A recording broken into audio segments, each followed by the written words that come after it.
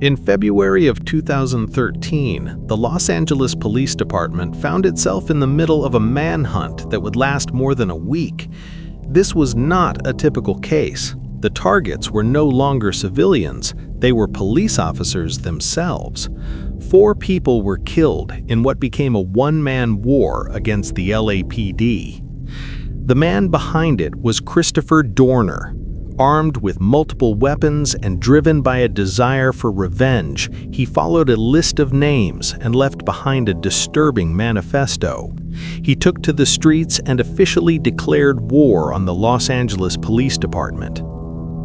Christopher Jordan Dorner was born on June 4, 1969, in New York City. He grew up in Southern California, where he attended Cypress High School. From 1st through 7th grade, Christopher was the only black student at the school. He was frequently subjected to racism and often responded with physical fights, which caused disciplinary problems. Despite this, he graduated in 1997. During his teenage years, Christopher decided he wanted to become a police officer. He believed he had a calling for the profession and dreamed of wearing the uniform. Determined to join law enforcement, he enrolled in a youth program offered by a police department in La Palma, designed to guide young people toward careers in public safety. He later attended the University of Utah, where he studied political science and psychology. Thanks to his physical build, he earned a spot on the university's American football team, playing from 1990 to 2000. He graduated in 2001.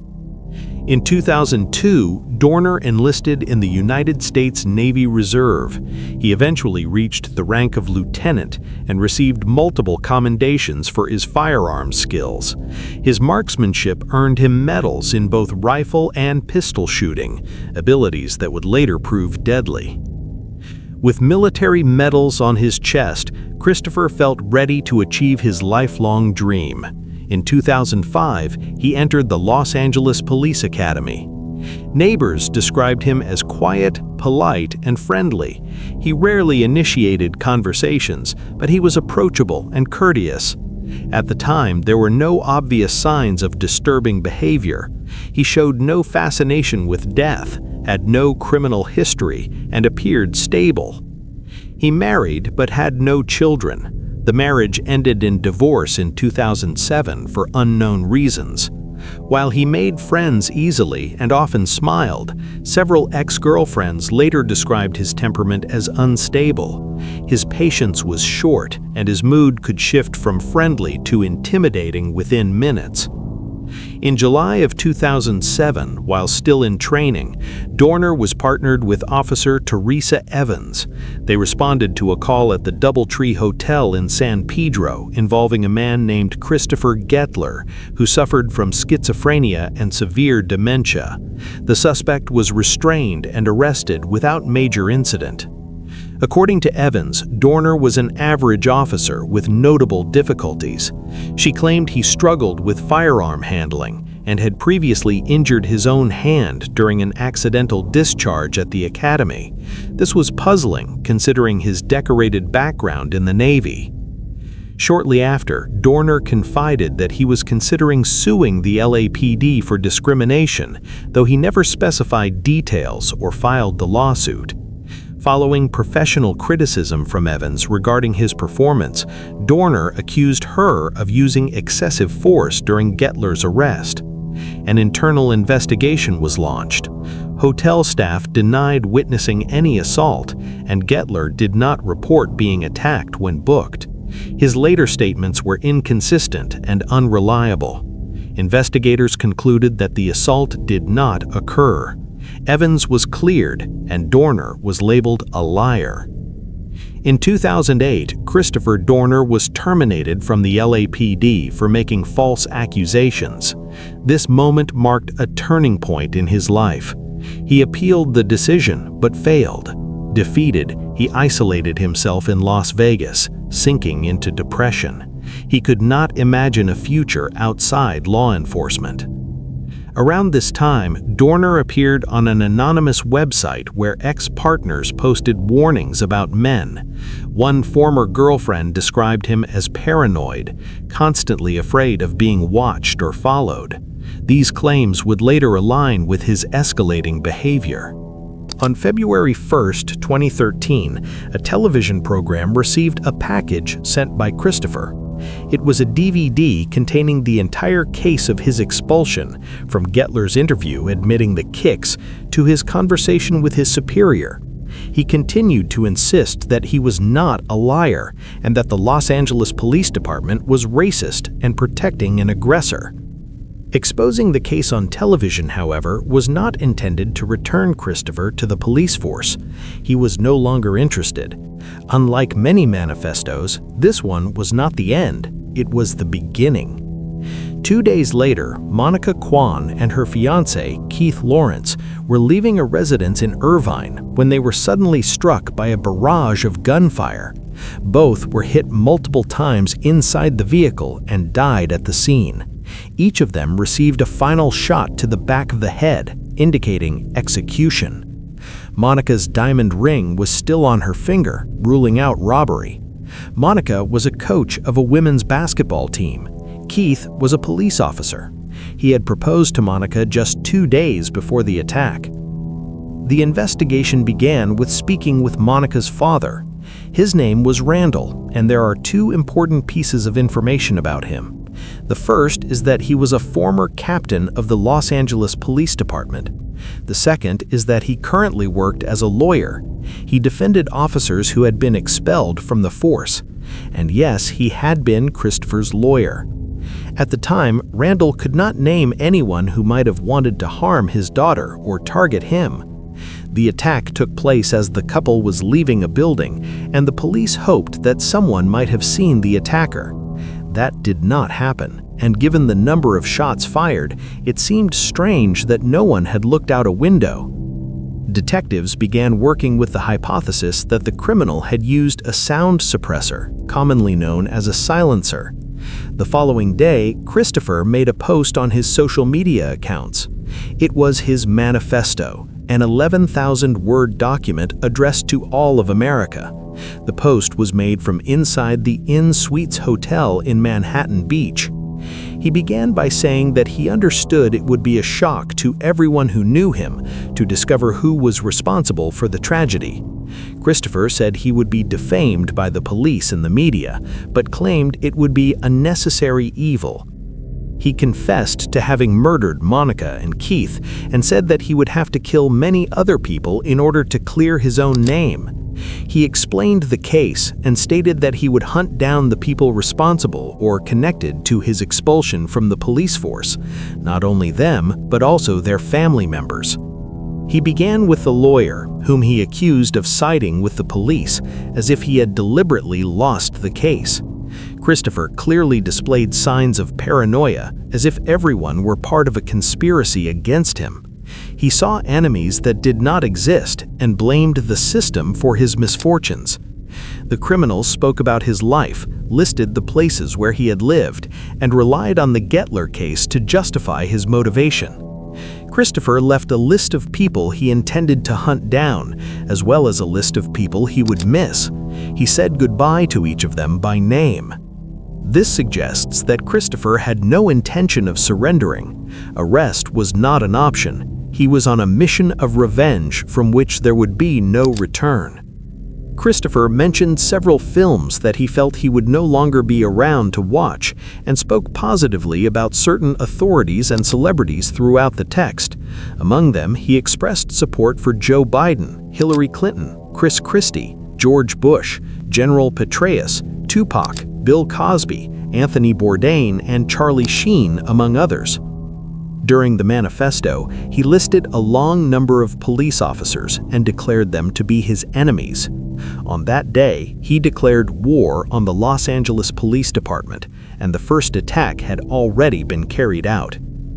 Christopher was 5 feet 11 inches tall, weighed approximately 265 pounds, and drove a 2005 gray Nissan Titan pickup truck. After the connection was made between the DVD sent to the television station and the manifesto published on his social media accounts, Christopher was automatically classified as a wanted fugitive.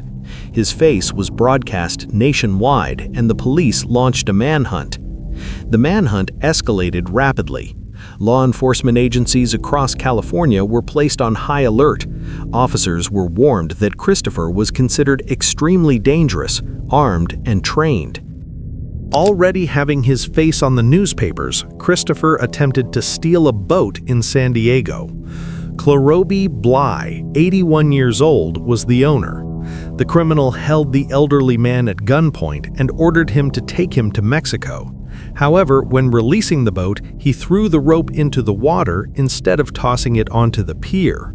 His lack of knowledge caused the rope to get caught in the propeller, and the boat did not move. With his attempt frustrated, he tied up the boat's owner, stole his cell phone, and disappeared. On February 7th, one of the targets on Christopher's list was moving through the city at approximately 1 a.m. Due to the plan already being exposed, all individuals on the list released by Christopher were under police monitoring and protection 24 hours a day until the criminal was captured. 2 officers were escorting this target when they were approached by a man named Lee McDaniel. He claimed to have seen someone very similar to Christopher at a nearby gas station. The 2 officers left the escort and headed to the location. They located a gray pickup truck of the same model used by the criminal. They began following the vehicle until it stopped. The person who exited the driver's seat was Christopher. He was holding a rifle, already aimed toward the police vehicle. The officers took too long to respond, and Christopher opened fire in their direction. One of the officers was grazed on the forehead, and both sought cover on the ground beside the vehicle. After a large number of shots, Christopher got back into the car and sped away. Both officers survived and radioed in the incident. Patrol activity in the region intensified, and a large number of police vehicles spread throughout the area. One of them was stopped at a traffic light when officers noticed the approach of a large armed man. Now equipped with ammunition capable of penetrating armor, he opened fire on the patrol car, firing 13 rounds toward the officers. 2 agents were inside the vehicle. Michael Crane was one of them. He was hit by more than 1 shot and died at the scene. The second officer was also shot, but was rescued and survived after undergoing surgery. The criminal fled. Cases in which a perpetrator targets law enforcement agencies are extremely rare, precisely because these individuals tend to respond with confrontation and lethal force. However, it is important to note that Christopher does not fit the profile of a mass shooter, despite similarities such as a manifesto and attacks in public locations. His objective was not to cause the greatest possible harm to defenseless people. This was an act of revenge with selected victims. He wanted to hurt the institution and everyone who, in his mind, had wronged him. He was willing to target even relatives of the intended victims who did not even know him, solely to try to clear his own name, as he described it. Christopher failed to realize that killing those people would only further stain his name. From liar to murderer, he could not have been further from the law. The situation was so chaotic and desperate that on 2 different occasions, police machine-gunned vehicles believing the driver was Christopher.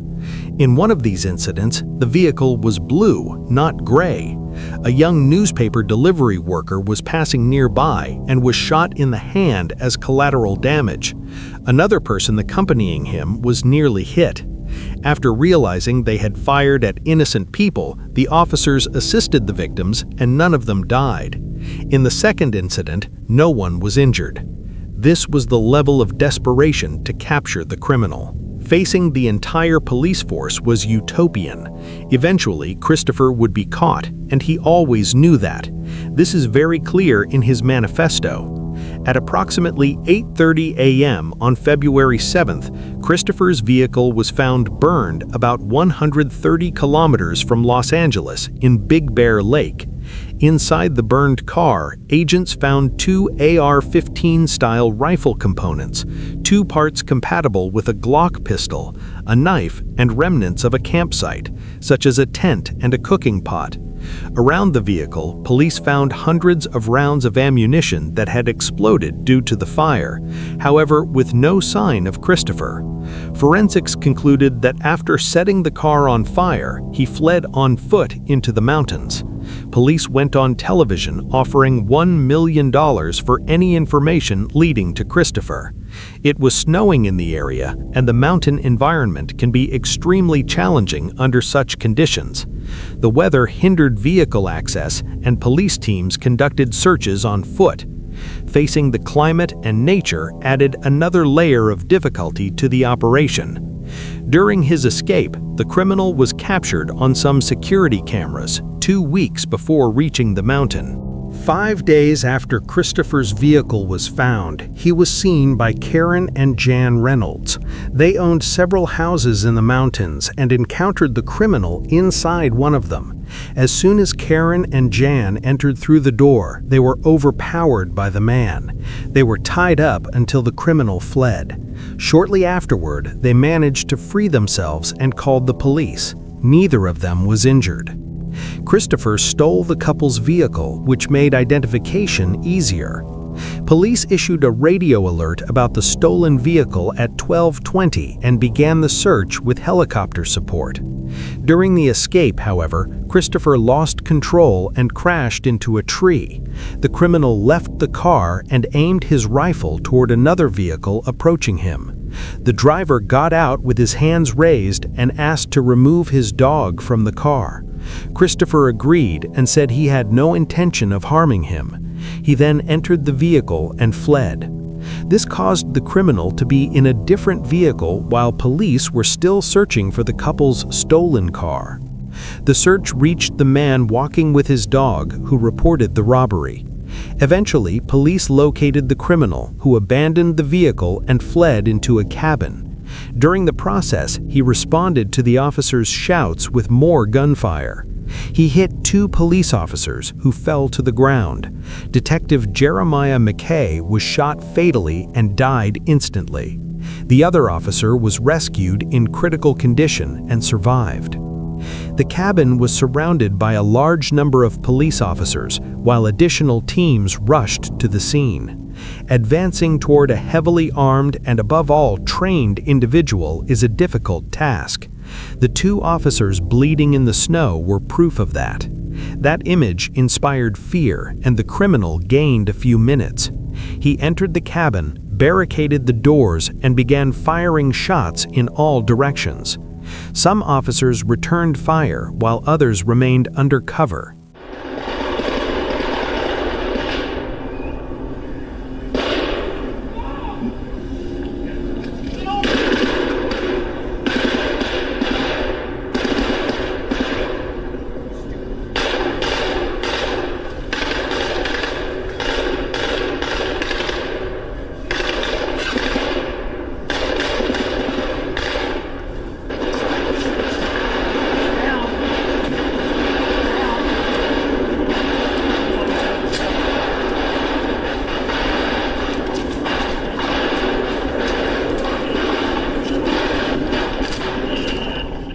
With the criminal surrounded, police had the opportunity to capture him alive. His ammunition was not infinite. He did not have the resources to remain there for long. One team began preparing gas bombs and masks, while another ordered him to surrender via megaphone. When Christopher did not respond, police used a demolition vehicle to knock down part of the cabin's walls. Another team responded quickly, throwing gas grenades into the house. This movement caused a fire inside the cabin. Seconds later, the sound of a single, final gunshot echoed outward. Unlike the others, this projectile was not fired toward the police. The fire consumed the structure for the rest of the night. Firefighters were called and arrived at a silent scene illuminated by flames, something very different from minutes earlier. The following day, police found the remains of Christopher Dorner. Rifles, pistols, and other semi-automatic weapons were removed from the debris, including a .308 bolt-action sniper rifle. Christopher's body was examined by the coroner, who recorded the cause of death as a gunshot wound to the head. Despite the many shots fired toward the criminal, he was not hit by police gunfire. The only shot that struck him was fired by himself. When a criminal targets state agents, authorities, or the system itself, an interesting phenomenon occurs. Some people seem to support these criminals simply because they are against the state, regardless of their motivations or methods. It is as if they channel their frustrations while remaining blind to the fact that innocent people were also harmed. With Christopher, it was no different. His face was tattooed by admirers who believe that Christopher did not lie when he accused the police officer. In the eyes of this group of supporters, Christopher is seen as a martyr who fought against the state, even though he kidnapped and robbed people in the process, in addition to executing family members of his targets who did not even know him. This group began accusing the state, especially the police, claiming they burned the man alive, as if officers had taken revenge because the victims were police officers. People recorded videos in support and chose to believe the manifesto left by Christopher. For this group of people who believe in the man's innocence and somehow justify his actions, he is not a villain but an anti-hero, someone who used the wrong methods to do something good. Christopher was portrayed as a kind of vigilante who was exposing corruption and discrimination within the Los Angeles Police Department. Wronged or not, he was a murderer who took the lives of 4 people, including completely innocent civilians who never understood the reason for the attack. Kevin Lawrence was a police officer but never interacted with Christopher. He had nothing to do with the dismissal process.